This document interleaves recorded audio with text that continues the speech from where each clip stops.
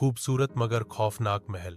आठों दोस्त आरव, कियारा, समीर, अलीशा, त्विक, आयुष, तान्या और प्रियांश कॉलेज की छुट्टियों में एक एडवेंचर ट्रिप पर निकले थे। उन्हें नई जगहों की खोजबीन करना और थ्रिल का मजा लेना बहुत पसंद था। इस बार उन्होंने एक पुराने जंगल को चुना था, जिसके बारे में लोग कहते थे कि वह जंगल बेहद खतरनाक और डरावना है। शाम का वक्त था, सूरज ढल रहा था और जंगल की ठंडी हवाएं हड्डियों तक सिहरन पहुंचा रही थीं। चारों ओर सन्नाटा था और सिर्फ पत्तों की सरसराहट सुनाई दे रही थी। आठों दोस्त हंसते बोलते जंगल की गहराइयों में जा ही रहे थे कि अचानक तेज बादल गरजने लगे। काले बादल आसमान पर छा गए और देखते ही देखते मूसलधार बारिश शुरू हो गई। सभी दोस्त घबरा गए।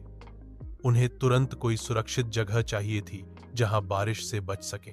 कियारा बोली, दोस्तों, अगर हम जल्दी नहीं निकले तो ये तूफान हमें यहीं फांसा देगा।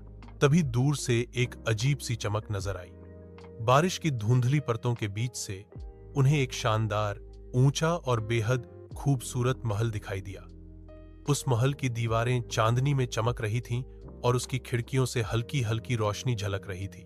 आरव ने कहा, शायद हमें वहीं चलना चाहिए, कम से कम कुछ देर तो पनाह मिल जाएगी। बाकी सबने हामी भर दी और वे महल की ओर बढ़ गए।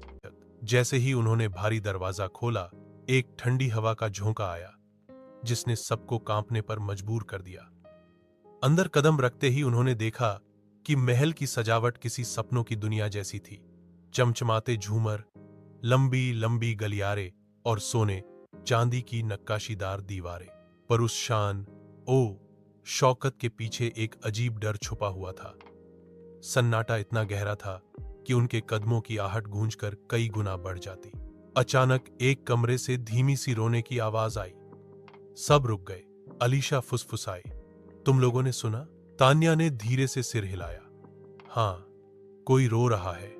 साहस जुटाकर वे सब उस आवाज की दिशा में बढ़े।